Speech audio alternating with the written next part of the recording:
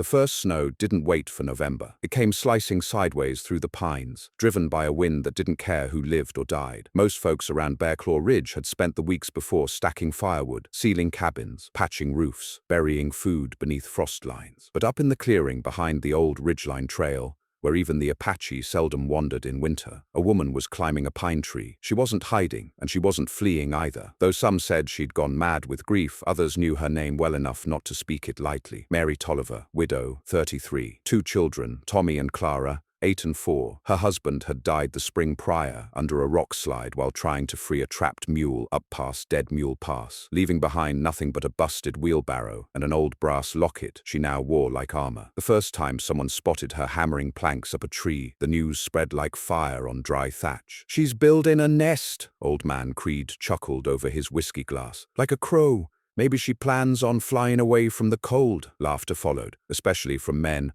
who had barns full of hay, wives still breathing, and sons to help them dig winter cellars. But Mary never answered to jokes. She just kept climbing day by day, plank by plank, not some flimsy perch either, but a real structure bracketed into the trunks of 3 tightly grouped pines, lashed with rawhide, supported with scavenged crossbeams and iron nails begged or traded from old supply runners. No one helped, nobody offered, not until it got cold. The snows came harder than usual. A storm in early November blanketed the ground a foot deep, and a second one followed like it was chasing blood. Pitched winds tore roofs and rattled teeth. Chimneys choked. One man's barn caught fire. By the second week, children in town were coughing. Frostbite rumors crept up from the mining camps, and then came something stranger. A trapper passing through said he'd spotted smoke curling up from the high pines. Not once, but twice. Steady, clean smoke, not wildfire. And through his spyglass he'd seen light, warm, golden light. He swore by the fur on his back that he'd seen a figure step out onto a platform near the top of the trees, steam rising like morning breath in the freezing air, while every other homestead below had shuttered its windows tight in desperation. No one wanted to believe it, but more than one settler had noticed something odd. Mary wasn't coming down, and her children weren't crying. They were still alive up there, in the trees, in that mad wooden contraption everyone had mocked just weeks ago. Some folks even remembered scoffing aloud, saying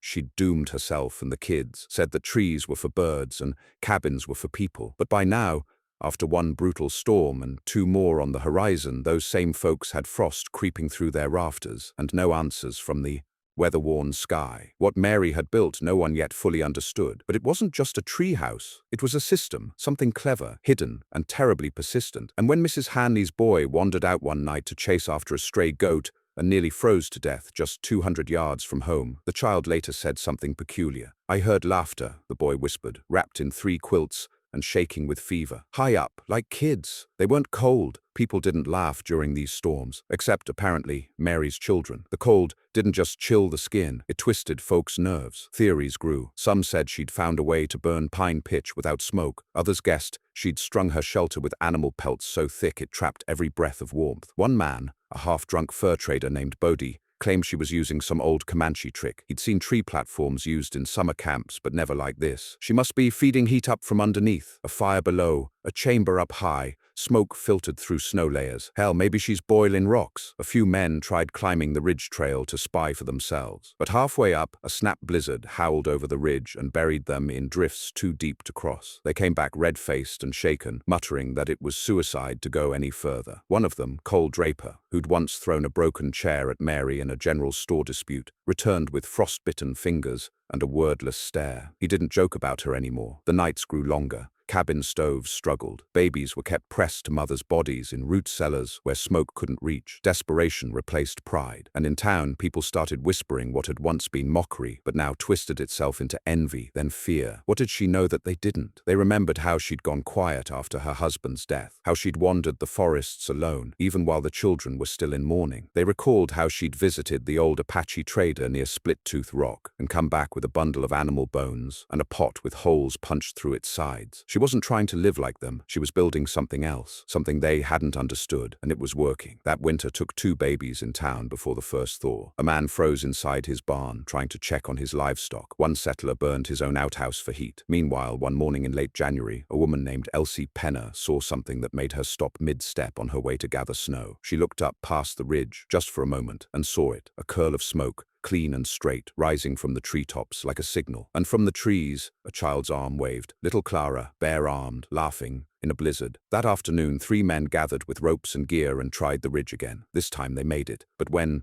they returned 2 hours later, wind-bitten and speechless, they didn't say much. Just 3 words, spoken by Jeb Holloway, who was never known for fanciful talk. "She ain't cold." Nobody laughed after that. And now, the thing that had been a joke, a widow's lunacy, a mother's madness, was being whispered about in every cabin. A treehouse shelter, built not for fun, but for survival. And somehow, it worked. Warmth in the trees while frost killed calves in the fields. How? Why? Those were questions that would haunt the valley long into spring. But before any settler would dare climb that ridge again, another storm was coming, and Mary Tolliver's treehouse would face the one thing even she hadn't prepared for: visitors. They arrived in the middle of the third storm, 3 silhouettes in the swirling white, staggering up the ridge trail like drunks who had run out of prayers. Each step they took sank them thigh-deep into powder, and their breath hissed through frost-crusted scarves. They were men Mary Tolliver recognized, even through the snow hiss and distance. Ezra Hanley, Elsie's cousin, led the trio, followed by a limping sheriff's deputy named Boone, and an old carpenter whose name Mary had never learned, but whose laughter she'd once heard through a saloon wall. She didn't climb down to greet them. Instead, she watched from her perch, one child nestled beside her under the fur-lined canvas flap, the other still asleep in the cocoon of warmth inside. Her treehouse stood firm, built not in one tree but lashed into 3 massive pines, forming a natural triangle, with foot-wide planks running the floor, walls insulated with clay-packed bark, and a fire shelf on the far edge vented through a rock-lined chimney she'd sunk halfway down the tree trunk. The men shouted once, something half apology, half plea. They waved their arms, stomped their boots, and pointed to the sky, as if asking mercy from her, or maybe from the gods that seemed to have abandoned the rest of the valley. Mary watched. She did not wave back. Instead, she opened the flap enough to reach into a hanging pail,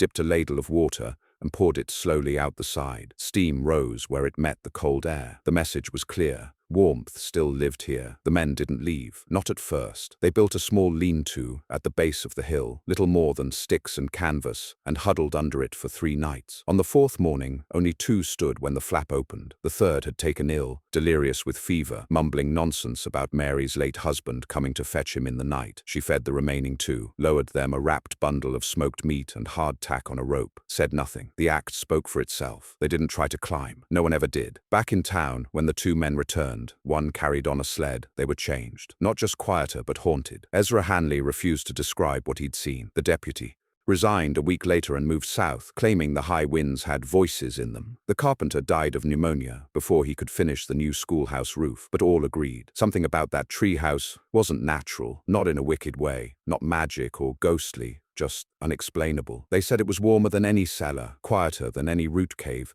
and that the snow on the trees didn't stick. It melted, even when temperatures dropped below 0, as if the shelter bled heat upward. What no one realized was how Mary had done it. Not fully. She hadn't just built up, she had built down, too. Below the trees, hidden beneath snow and earth, she'd dug a hollow, 4 feet deep, ringed with rock, and lined with clay-packed wood. There she kept a slow, burning fire, fed carefully with dried pitchwood and coals carried in from her husband's old hidden cache, up in the ridges. The smoke passed through a triple baffle system, rock chambers layered with mud and herbs, cooling and cleaning it before it was piped up through a carved hollow log that vented gently through the rear pine's natural crook. It smoked downhill, into the snow, so it never gave them away. Above, the heat rose, not just through air, but through a lattice of iron pots buried in dirt-packed floorboards, warmed from the fire's convection, and filled with stones that held heat for hours. Her children slept between these pots, wrapped in pelts, never touching snow, never hearing wind. It wasn't magic, it was pain, turned to calculation. It was survival through obsession, and it had come from a year of watching her husband freeze. Mary had learned. Grief taught her. So did failure. So did hunger. But it wasn't just about staying warm anymore. It had become about not dying where others did. By February,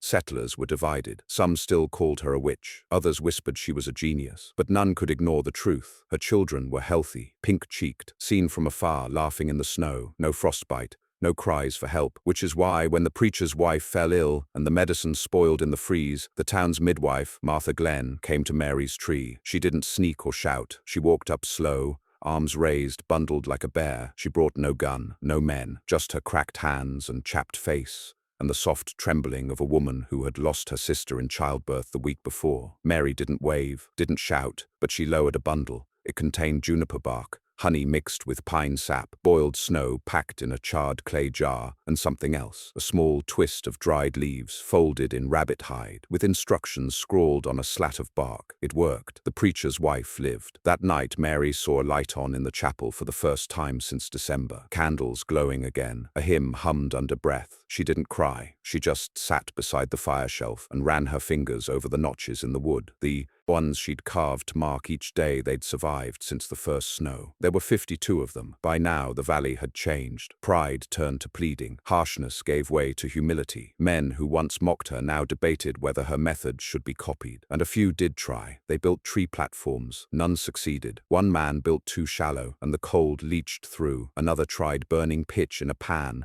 and smoked himself unconscious. A third cut into a pine, too thick, and brought the whole structure down. His wife broke her arm. They crawled back to town, under sleet. They had tried to imitate the shape, but not the knowledge. Mary had studied not just warmth, but movement, how heat rose, how wind blew, how sap flowed. She'd watched ants, studied the way owls nested, how snow melted around stones faster than soil. She'd built a shelter that breathed, not trapped, one that adapted. Still, they kept trying. And when a traveling merchant arrived from farther west, dragging a sled of spoiled goods and a half-frozen dog, he asked only one question after learning about her. How far can this spread? They didn't know, but the idea had caught, and that terrified some, because in every frontier town, pride was currency. And Mary Tolliver had proven something dangerous, that a woman alone, scorned, forgotten, and desperate, could outthink the whole of Bear Claw Ridge. What came next wasn't praise, it wasn't thanks, it was control. Men gathered at the chapel, debated whether to send for her, to ask her to come teach, not as an equal, as a tool, but they were too late. Mary wasn't coming down, not for the preacher, not for the sheriff, not for the doctor who'd once told her that her grief made her unsuitable to raise children in winter, and not for the mayor who had refused to send help when her food ran out in October. Instead, she did something else. She sent a map, drawn in charcoal on a stretched hide, folded and left at the trailhead in the night. No signature, no messenger, just a diagram, part tree, part rock, part hollowed floor, and beside it a single word carved into bark and left atop the hide like a final verdict: learn. It wasn't a gift, it was a challenge, and for many it was too bitter to swallow, so the diagram vanished, burned likely, or buried. But one person copied it first, and before long,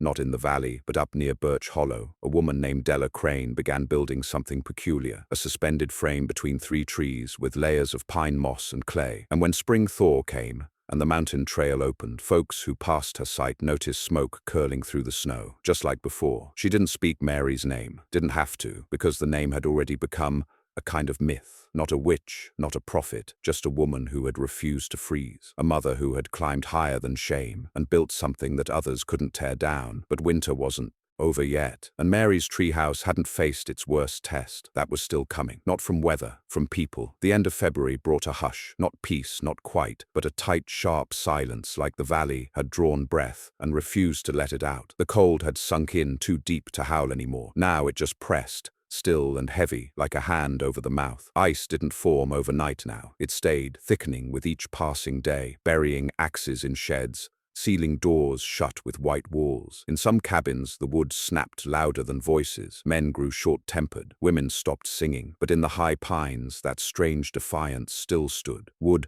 lashed into tree trunks, smoke filtering gently through invisible channels, laughter sometimes rising on windless mornings like music from a dream. Children's laughter, not ragged with hunger, not dry from sickness, just pure, unyielding life. Mary Tolliver's treehouse had become, by now, more than shelter. It was a rumor with weight, a story with breath, and it began to travel. When Elijah Brandt, the fur trader from the west slope, came through the mountain pass, he hadn't even meant to stop in Bear Claw Ridge. His sled was half empty, his fingers wrapped in blood-stiff cloth, his dog down to ribs and memory. He only stopped because his horse collapsed, and he saw smoke, treetop smoke, just a curl of it far up the ridge. He thought he was hallucinating, but he wasn't. He was lucky. Mary saw him first. From her upper platform, She'd spotted the movement below, saw the man drop to his knees in the drift, heard the thin, failing yelp of the dying dog. She didn't hesitate. No test, no measure of his worth. Just action. That was her rule. She didn't come down for the curious, but she did, on rare occasions, descend for the dying. And so that day, she climbed down, roped herself through the bracing limbs, lowered with practiced care into the snow. Clara had once called her a spider when she moved that way.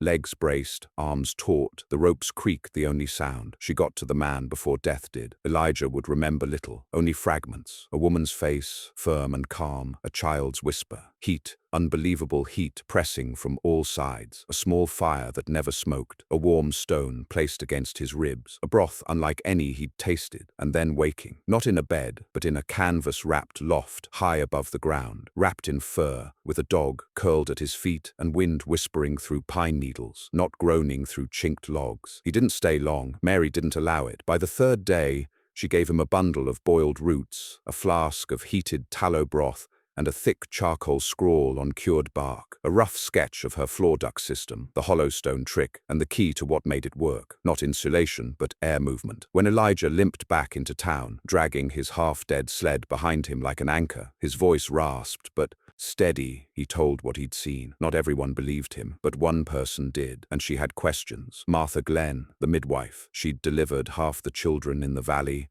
and buried nearly as many. In her youth, she'd walked barefoot across floodplains to reach sick mothers, and once spent a week snowed in inside a wagon delivering twins. She wasn't moved by gossip, but she believed in results. So one morning, when the last of the honey was gone from her cellar, and her hands had gone blue at the tips from tending the sick too long in the cold, she put on her boots, wrapped her scarf 3 times, and started up the ridge. Mary did not turn her away. She didn't speak either, but she let Martha sit beneath the tree for 2 hours. Then a rope descended, a wrapped package. Inside, herbs. Yes, but also a tool, a small curved stone knife, its handle sealed in leather, its blade blackened with resin. Martha knew what it was. A bark shaper, used for peeling curls from fresh pine, meant to create thin channels, conduits. Mary hadn't just insulated her treehouse, she'd shaped the bark around it like living veins. Every wall, every crevice had breathing space behind it, allowing warm air to rise, circle, press inward. She hadn't sealed heat, she'd channeled it. Martha went home and wrote it down, carefully, line by line, and then she made the mistake of telling the preacher. Not out of betrayal, out of hope, but the preacher didn't hear revelation. He heard heresy, because the treehouse wasn't supposed to work. It wasn't made by men. It wasn't planned with community. It wasn't blessed. And more than anything, it had succeeded where the rest had failed. In some hearts, that ignites humility. In others, it stirs wrath. The next morning, 2 men approached Mary's ridge, not to beg, but to claim, deputized in the name of emergency public interest. They shouted up, declared that for the greater good, she must descend, share her methods, submit to an inventory of resources used. Mary didn't answer, so they built a fire at the base of her tree, a signal fire, they claimed, but the pile was built thick, wet wood piled with pitch-soaked rags. Smoke rose, thick and dark, intentional smoke, not the clean spirals she sent, a smoke that clung, that crept. She acted fast. By the time the men realized their mistake,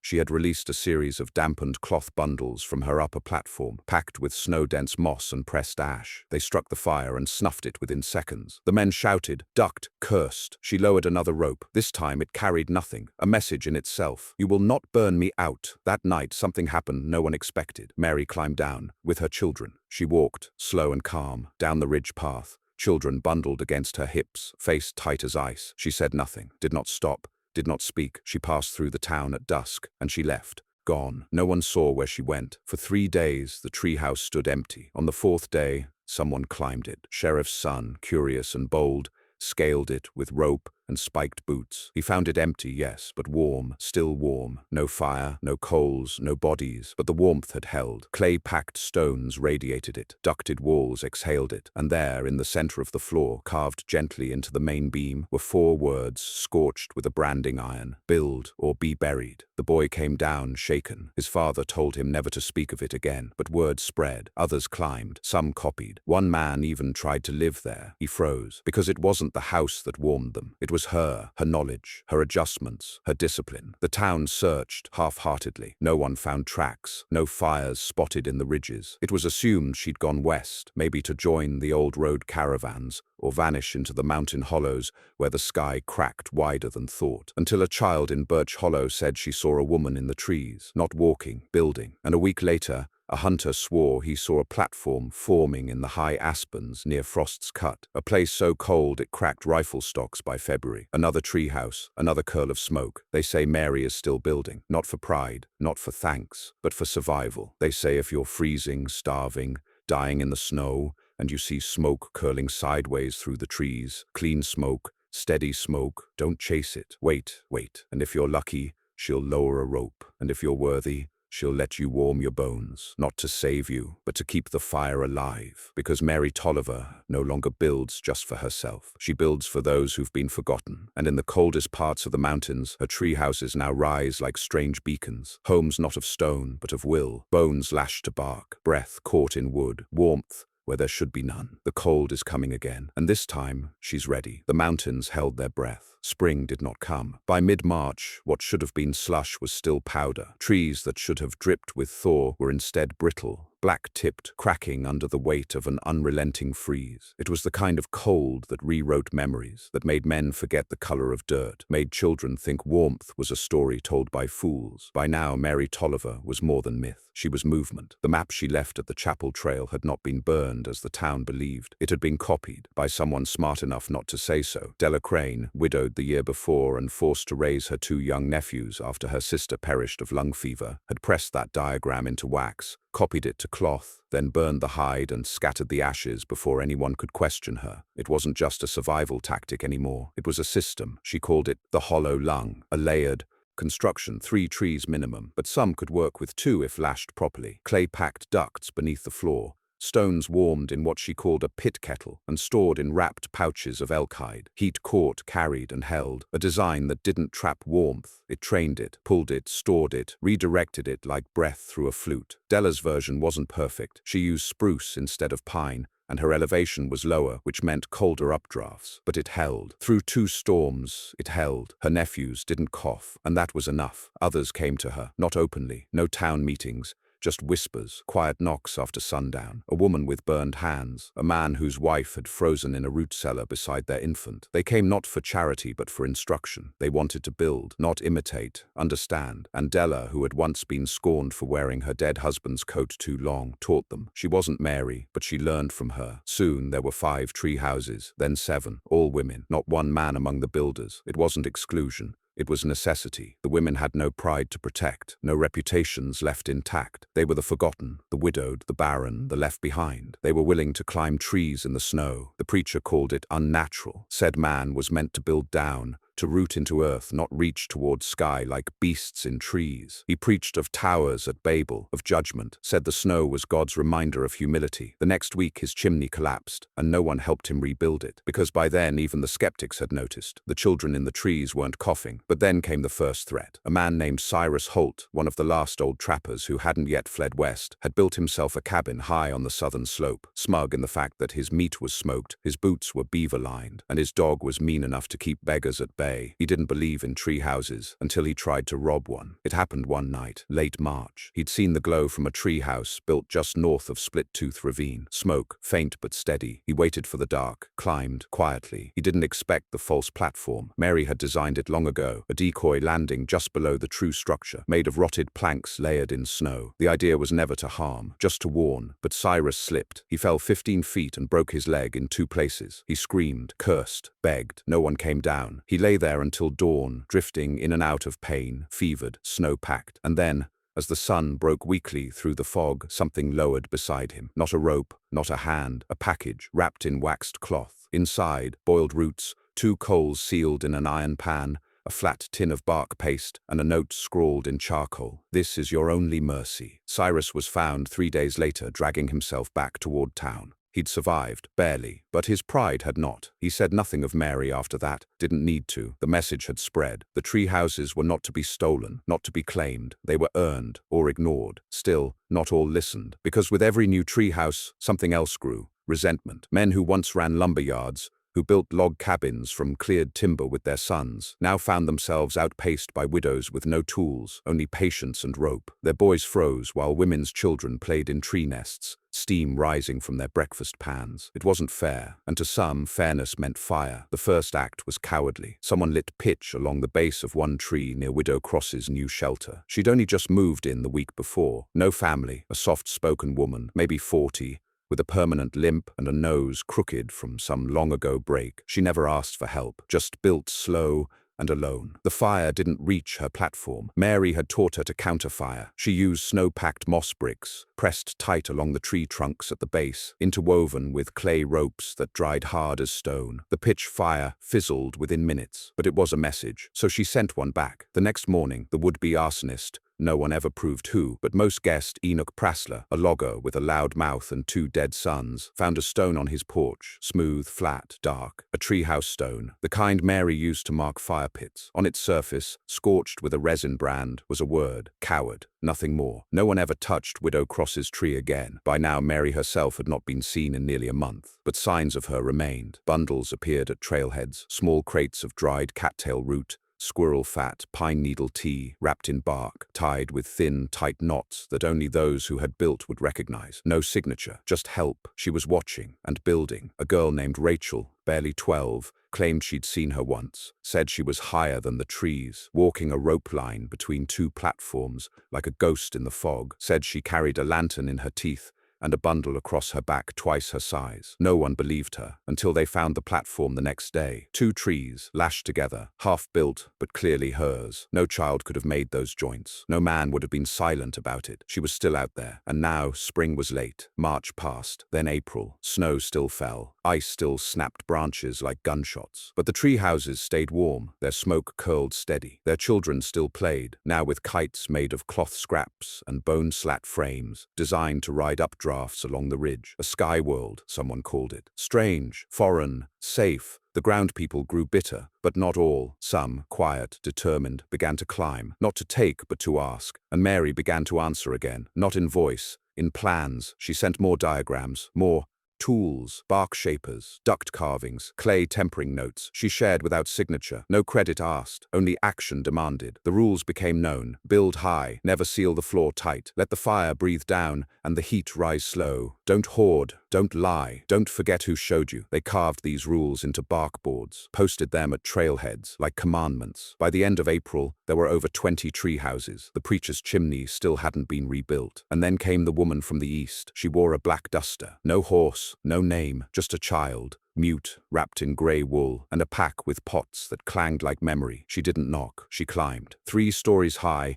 into one of the lesser tree houses near Elkhorn Bend, built by an older woman who had since passed in her sleep, warmed and full. The stranger left the child inside, left the pack, then climbed down and walked away. No words, just trust. That was the last anyone saw of her. But the child stayed and lived, because the treehouse did what no one else could. It kept him warm. And by then, even the most skeptical among Bearclaw Ridge had learned the hardest truth of that long, brutal season. The only warm places left were in the trees. By May, the calendar was a lie. It should have thawed. The creeks should have run fat and wild, deer pawing through last snow crust for the first blades of green. But nothing green came. Only wind, the kind that whistled instead of roared, like it had run out of rage and settled into warning. Bearclaw Ridge had changed. He froze to death 2 feet from a warming pan. His body was found by a 12-year-old boy who'd been gathering twigs for a high fire, a top platform heating test designed to burn low and breathe upward. The boy cried, but he didn't bring the body back. He did what Mary would have done, built a cairn, stacked stone over chest and face, let the mountain keep him. There was no room for foolishness anymore. Then came the blizzard, late May, just when the ice seemed to retreat. No warning, no slow creep, just a sudden shuttering of the sky like a door slammed in a child's face. Thunder without rain, snow so dense it swallowed sound. The storm killed 13 head of cattle. 2 barns collapsed. A supply wagon headed for the low pass flipped into a ravine. One boy disappeared in the white, walking 10 feet to his family's outhouse, and a treehouse fell. Number 12, built too narrow, too shallow-rooted. Its supports lashed to spruce instead of pine, built low to avoid wind. The children inside survived, because someone had already evacuated them. When neighbors climbed to search the wreckage, they found signs that the two children had been moved the day before. Bundles gone, bedding cleared, footprints high in the snow leading to a ridge further west. No one had seen Mary, but they all knew. The survivors were found in a newer treehouse, one that hadn't existed the week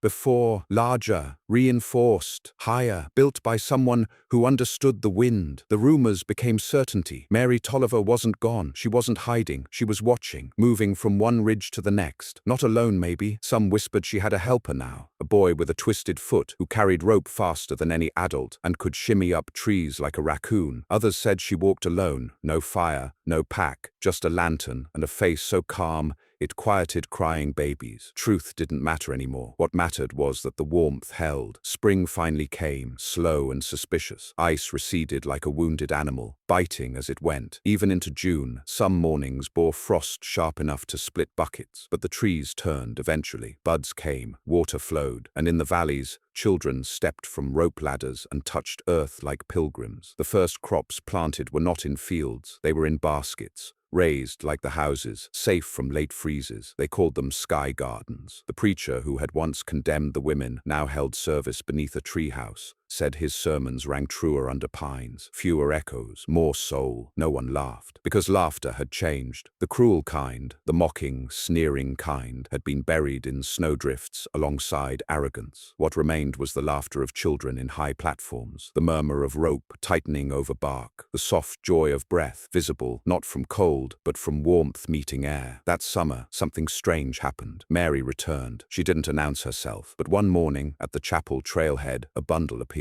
Inside it, the original bark map, faded but intact, now copied on oilskin and packed with a small jar of pitch paste and a single iron nail, blackened but unused. Attached, a note, not long, just 4 words. Teach them this time. No name, didn't need one. They framed it, hung it in the new town hall, built not of logs but of layered platforms, 3 stories tall, with vented floors and central fire chutes, a hybrid, part house, part tree. Children climbed it every morning to learn, because Mary's legacy was never in her silence. It was in what she left behind, the system, the shape, the warmth. She had taken grief and twisted it into rope. She'd taken isolation and nailed it into beams. She'd taken the mockery of men and turned it into a ladder, one rung at a time, until she had risen above every voice that once called her foolish. She didn't wait for rescue. She built it, high, wide, strong, and it worked. Not because it was magical, but because it was hers. She listened to wind, studied ice, trusted herself, and in doing so,